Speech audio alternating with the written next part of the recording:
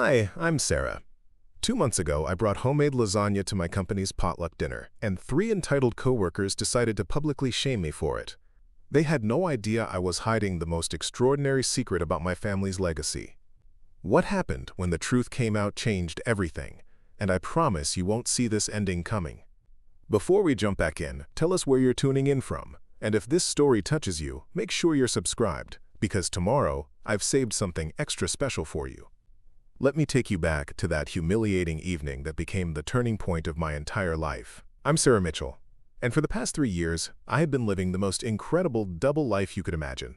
On the surface, I was just another mid-level marketing coordinator at Henderson Digital, working in a cramped cubicle and bringing lunch from home every single day. What nobody at my office knew was that I was secretly engaged to Alessandro Romano, heir to the Romano food empire that spans across 4 continents. You might recognize the Romano name from those elegant Italian restaurants in every major city, or maybe from the gourmet pasta sauces lining grocery store shelves worldwide.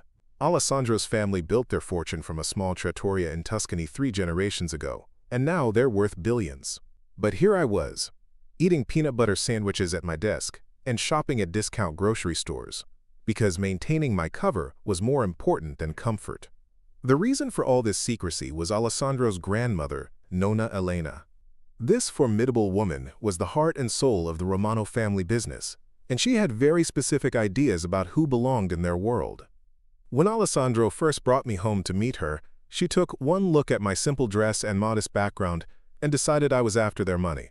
She made it painfully clear that she would never accept an outsider as part of their precious family legacy. Nonna Elena had this way of making her disapproval known without ever being directly confrontational. She would speak in Italian when I was around, knowing I couldn't understand. She would tell stories about the family's history and traditions, always emphasizing how important it was to preserve their bloodline and heritage. The message was crystal clear: I didn't belong, and I never would. Alessandro would defend me, of course, but he also asked for patience. "She just needs time to see how special you are," he would say. "When she realizes how much I love you, she'll come around." So I agreed to keep our relationship secret until he could find a way to win his grandmother's approval. Little did I know that this decision would lead to one of the most mortifying experiences of my life. During the day, I worked at Henderson Digital, a mid-sized marketing firm where I earned just enough to cover my modest lifestyle. I lived in a tiny studio apartment, shopped at thrift stores, and carefully budgeted every dollar. Not because I had to, but because maintaining my cover story was essential. Nonna Elena had connections everywhere, including several clients of our marketing firm. If I had suddenly started living beyond my obvious means, word would have gotten back to her immediately. Alessandro respected my decision to maintain this facade, even though it clearly pained him sometimes. He would offer to take me on trips, buy me beautiful clothes, or move me into one of his family's properties, but I always declined. I was convinced that if we could just be patient a little longer, everything would work out perfectly. Looking back now, I realize how foolish I was to think I could hide who I was indefinitely. The whole situation came to a head because of our company's monthly potluck dinner. These events were supposed to boost morale and help colleagues bond outside of work, but they had become something of a social competition. People would try to outdo each other with elaborate dishes, expensive wines, and catered spreads that probably cost more than my weekly grocery budget. I usually avoided these gatherings, making excuses about prior commitments or family obligations. But this time was different. It was my birthday week, and I had been feeling particularly lonely because Alessandro was in Milan dealing with a crisis at one of their restaurants. He had called me that morning, apologizing profusely for missing my birthday, and I could hear the genuine sadness in his voice. After we hung up, I made a spontaneous decision. I was going to attend the potluck dinner, and I was going to bring something homemade that would show my coworkers a different side of me. I wanted to prove to myself that I could step out of my comfort zone and be proud of who I was, regardless of what others might think. I decided to make my grandmother's famous lasagna recipe. It was the one dish I could prepare that always reminded me of home and family and love.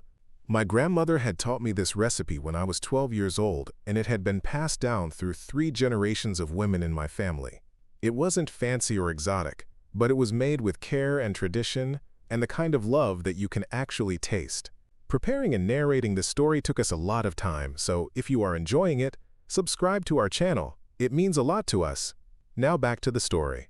I spent my entire Saturday shopping for ingredients, carefully selecting the best ground beef I could afford, fresh herbs from the farmer's market, and good quality cheese that stretched my budget but felt worth it for this special occasion. I wanted everything to be perfect, not because I was trying to impress anyone, but because this lasagna represented something important to me. It was my heritage, my family's love, and my way of sharing a piece of my authentic self. The cooking process took me most of Sunday. I made the sauce from scratch, letting it simmer for hours until it reached that perfect balance of sweetness and acidity that my grandmother had taught me to recognize. I prepared fresh pasta sheets, layered everything with the precision of an artist, and baked it until the top was golden brown and bubbling with melted cheese. The aroma filled my tiny apartment and reminded me of childhood Sunday dinners with my family. When I walked into the office conference room that Monday evening, carrying my homemade lasagna in a simple glass dish covered with aluminum foil, I felt nervous but proud. The room was already buzzing with activity as people set up their contributions on the long tables that had been arranged for the potluck. I immediately noticed that most people had brought elaborate dishes that looked like they came from expensive restaurants or gourmet catering companies. There were sushi platters from that trendy Japanese place downtown, artisanal cheese boards with imported crackers and exotic preserves, and bottles of wine that probably cost more than I spent on groceries in a month.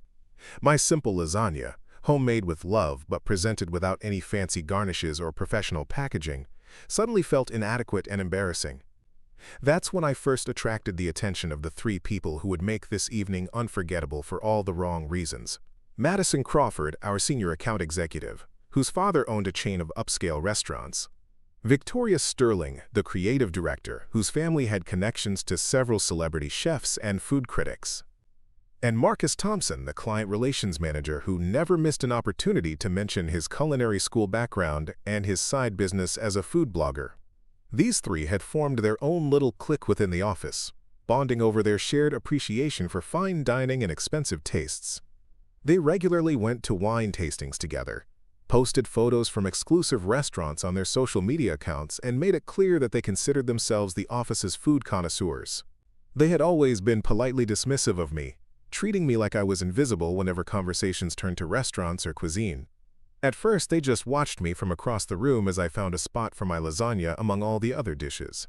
I could see them whispering to each other and occasionally glancing in my direction, but I tried to ignore them and focus on mingling with other colleagues who seemed genuinely interested in the variety of food that had been brought to share. The trouble started when it was time for everyone to go through the buffet line. People were commenting on the different dishes, asking about ingredients and recipes, and generally creating a warm, social atmosphere. When someone asked about my lasagna, I explained that it was a family recipe that had been passed down through generations. I was proud of this connection to my heritage, and I thought others might find it interesting too. That's when Madison decided to make her first cutting remark. "Oh, how quaint," she said, loud enough for several people to hear. "Homemade comfort food. I suppose not everyone can afford proper catering." Her tone was sweet, but the underlying message was clear. She was suggesting that I had brought homemade food because I couldn't afford to buy something more sophisticated. I felt my face flush with embarrassment, but I tried to maintain my composure. "Actually," I said carefully, "I chose to make this because it's special to my family. Sometimes homemade food has more meaning than something store-bought." I thought this was a reasonable response that might deflect her criticism and maybe even open up a genuine conversation about family traditions. But Victoria immediately jumped in to support her friend's attack. "Oh, sweetie," she said with fake sympathy, "it's so nice that you tried. But you know, when you're representing the company at these events, presentation really matters. This looks like something you'd bring to a church potluck, not a professional gathering." She gestured dismissively at my carefully prepared lasagna, and I felt like I had been slapped. The conversation around us had started to quiet down, as other people began to notice what was happening. Marcus, never one to miss an opportunity to show off his supposed expertise, decided to pile on. "You know," he said, examining my dish with exaggerated scrutiny, "the cheese work here is really amateur. You can tell this wasn't made by someone with proper culinary training. The layering technique is all wrong, and don't even get me started on the sauce consistency." I stood there, frozen with humiliation, as these three people systematically tore apart the dish I had spent 2 days preparing with such love and care. Other colleagues were starting to stare, some looking uncomfortable but not wanting to get involved, others seeming to enjoy the drama that was unfolding. I felt completely exposed and vulnerable, like I was being judged not just for my cooking but for my entire existence. The worst part was that they were enjoying themselves.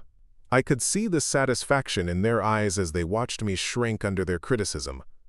This wasn't constructive feedback or even honest opinion. This was deliberate cruelty designed to make me feel small and out of place. They had identified me as an easy target, someone who wouldn't fight back, and they were taking full advantage of the opportunity to elevate themselves by tearing me down.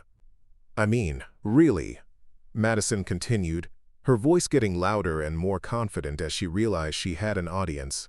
If you're going to contribute to a company event, you should at least try to match the quality that everyone else brings. This is embarrassing for all of us. She gestured around the room as if speaking for the entire company, and I felt like I wanted to disappear into the floor. Victoria nodded in agreement, pulling out her phone as if she was going to take a photo. "This is actually kind of fascinating from an anthropological perspective," she said with mock academic interest. "You can really see the class differences in food presentation. This is like studying different socioeconomic approaches to cuisine." The way she spoke about me, as if I wasn't even there, as if I was some kind of specimen to be examined and discussed, was more hurtful than any direct insult could have been. But Marcus delivered the final blow. "You know what the real tragedy is here?" he said, still examining my lasagna like it was evidence in a crime scene.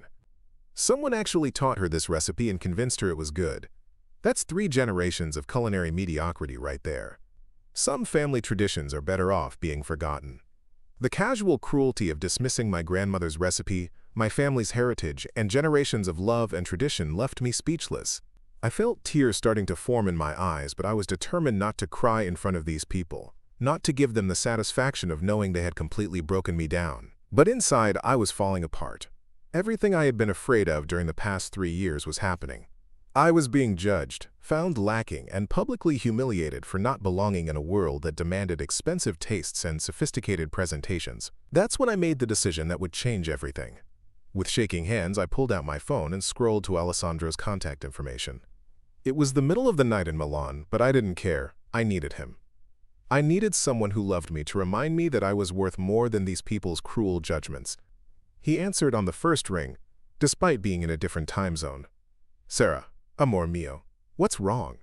His voice was immediately alert and concerned, and I could hear the love and worry in those few words. The familiar Italian endearment made my heart ache with longing for his presence.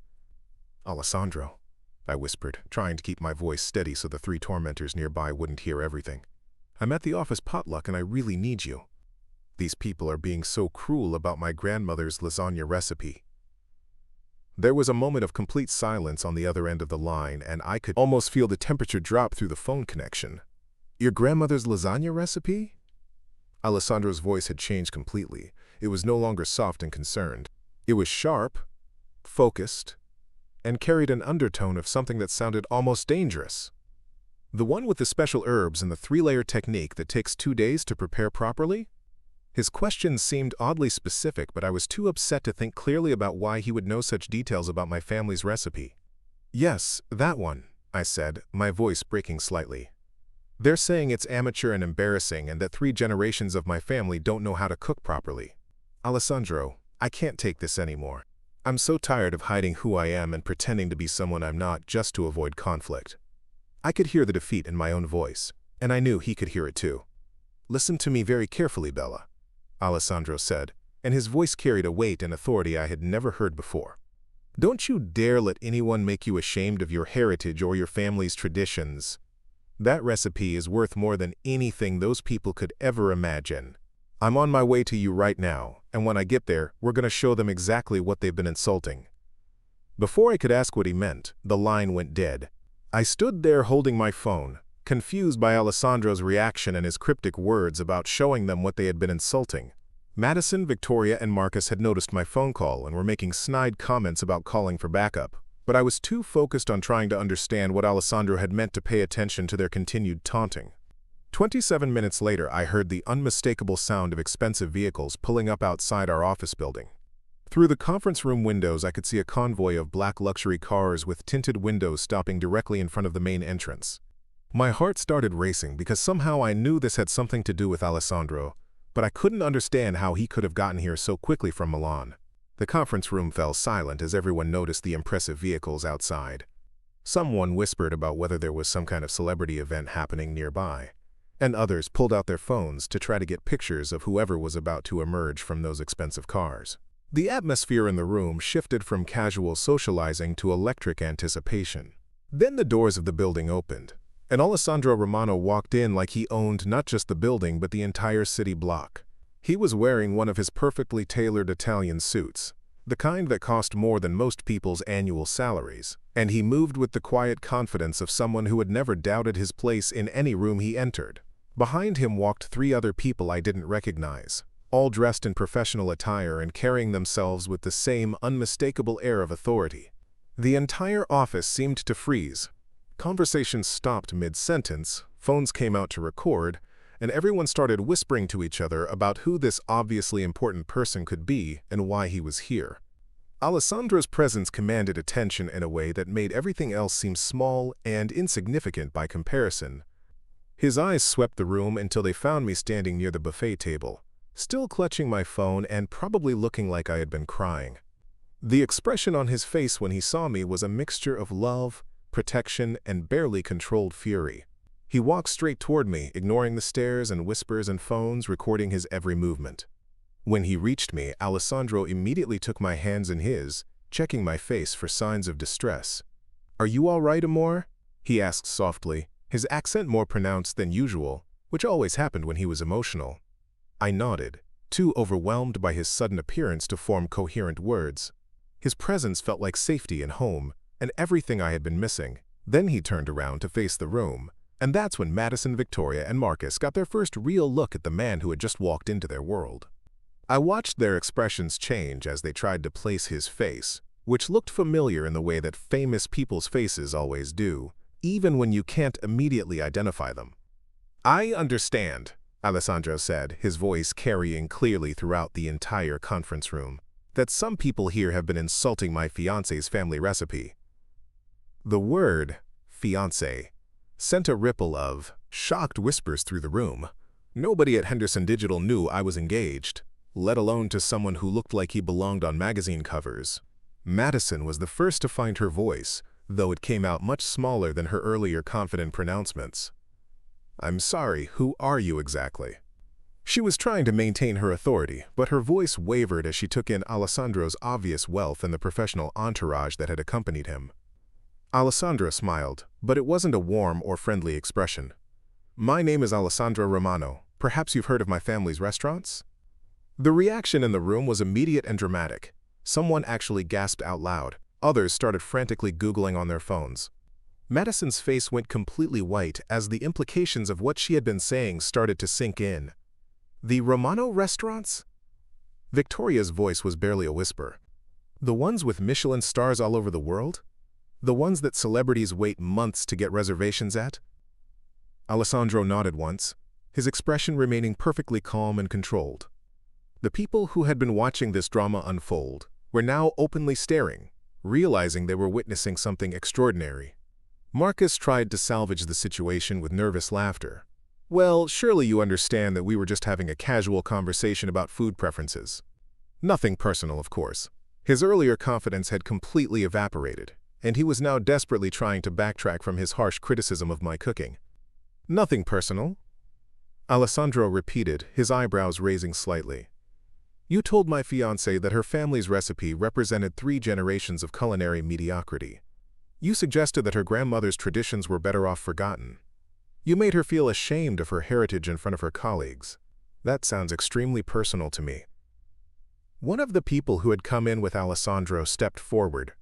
She was an elegant woman in her 50s with silver hair and the kind of presence that suggested she was someone very important. "I'm Maria Castellano," she said, introducing herself to the room. "I'm the head chef at Romano Milano, our flagship restaurant. When Alessandro called me about this situation, I felt I needed to come and see for myself what was happening here." Maria walked over to where my lasagna sat on the buffet table, still largely untouched after the earlier criticism had made people hesitant to try it. She examined it carefully, taking in the layers, the color of the sauce, and the way the cheese had melted and browned on top. Then she took a small portion and tasted it thoughtfully. The room watched in complete silence as one of the world's most respected chefs evaluated my grandmother's recipe. After what felt like an eternity, Maria smiled and nodded approvingly. "This is exceptional," she announced to the room. "The technique is flawless, the seasoning is perfect, and you can taste the love and tradition in every bite.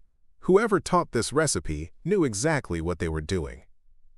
Alessandro walked over to stand beside Maria, and together they looked like they were conducting some kind of official evaluation. "What my colleagues here don't understand," Alessandro said, "is that they haven't just been insulting some random family recipe. They've been insulting the foundation of our entire culinary empire."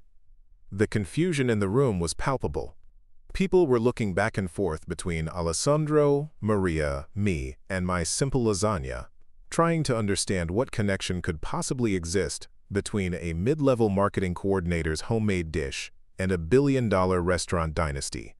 "You see," Alessandro continued, his voice taking on the tone of someone delivering a lecture, "the Romano family didn't start with fancy restaurants and Michelin stars. We started with one woman, my great-great-grandmother Lucia, who had a small trattoria in Tuscany over a century ago. She created recipes that were so extraordinary, so filled with love and tradition, that people traveled from other countries just to taste her food." Maria nodded and picked up the story. "When Lucia's daughter moved to America in the 1920s, she brought those family recipes with her. She married into the Mitchell family and taught those recipes to her daughter-in-law, who taught them to her daughter, who taught them to her daughter." She gestured toward me, and suddenly everyone in the room was staring at me, with completely different expressions. "Sarah's great-grandmother was Lucia Romano's daughter," Alessandro said, his voice filled with pride and love. "The recipe you've been mocking isn't just some random family tradition. It's the original Romano family lasagna, the same one that built our restaurant empire. The same one that food critics have called a masterpiece of traditional Italian cuisine. The same one that's served in our restaurants to presidents and celebrities and royalty." The silence in the room was deafening. Madison, Victoria, and Marcus looked like they wanted to disappear into the floor. Other colleagues were staring at me in amazement, realizing that the quiet woman they had worked alongside for 3 years was connected to one of the most famous culinary dynasties in the world. "But how?" someone asked hesitantly. "How did Sarah end up working here if she's connected to the Romano family?" It was a fair question, and one that had clearly occurred to several people in the room. Alessandro looked at me, silently asking for permission to explain our situation. I nodded, knowing that the time for secrets was over. "Because I wanted to prove that I could make my own way in the world," I said, finding my voice for the first time since this confrontation began. When Alessandro and I met, his family was concerned that I might be interested in him for his money, so I decided to live independently, to build my own career, to show them that I loved him for who he was, not what he had. "For 3 years," Alessandro added, "Sarah has been living modestly, working hard, and maintaining complete independence from my family's wealth. She's never asked for anything, never used our name to advance her career, never even told anyone at work who she was engaged to. She wanted to earn respect on her own merits, not because of her connections." Maria smiled warmly at me, and she did exactly that. "Sarah has been preserving and perfecting our family's original recipes better than some of our trained chefs. The lasagna she brought here today is made with the exact same techniques that my grandmother learned from Lucia herself. It's not amateur cooking. It's ancestral mastery passed down through generations of women who understood that real cuisine comes from love, not from expensive ingredients or fancy presentation." The revelation was transforming the entire atmosphere of the room. People who had been watching the earlier humiliation with uncomfortable interest were now looking at Madison, Victoria, and Marcus with expressions of disgust and embarrassment. The 3 of them had gone from being the confident critics to being the villains of the story, and everyone could see it. "I think," said one of my colleagues, a woman named Jennifer who had always been kind to me, "that we owe Sarah a massive apology, and I think we should all be trying this incredible lasagna instead of letting it sit there untouched." She walked over to the buffet table and took a generous portion, and several other people followed her lead. Within minutes, my grandmother's lasagna was disappearing as people lined up to taste what they now understood was a piece of culinary history. The comments were overwhelmingly positive, with people expressing amazement at the depth of flavor and the obvious skill required to create something so delicious. But the evening wasn't over yet. Alessandro had one more surprise that would change everything permanently. "Actually," he said, addressing the entire room, "there's something else Sarah doesn't know yet." He turned to me with a smile that was equal parts mischievous and loving. "Nonna Elena called me yesterday. She's been doing research into your family's history ever since I told her your last name was Mitchell." My heart stopped. Nonna Elena had been the source of all our secrecy, the reason I had been hiding my identity and living this double life. If she had been investigating my background, I couldn't imagine that anything good would come of it. "She discovered," Alessandro continued, "that your great-grandmother wasn't just any daughter of Lucia Romano. She was Lucia's favorite daughter, the one who was supposed to inherit the family recipes and carry on the tradition. When she moved to America, Lucia made her promise to keep the recipes alive in the New World, to pass them down through her family, and to never let them be forgotten." Alessandro pulled out his phone and showed me a photo that made my knees go weak. It was my great-grandmother as a young woman, standing next to an elderly Italian woman in front of a small restaurant. The resemblance between the younger woman and me was unmistakable, and the older woman had the same kind eyes and strong hands that I remembered from photos of Alessandro's great-great-grandmother. "Nonna Elena says," Alessandro continued, "that you're not an outsider trying to marry into our family. Your family coming home. She's been waiting for 73 years to meet Lucia's American granddaughter, and she wants to formally welcome you back into the Romano family where you belong." Up next, you've got two more standout stories right on your screen. If this one hit the mark, you won't want to pass these up. Just click and check them out. And don't forget to subscribe and turn on the notification bell so you don't miss any upload from us.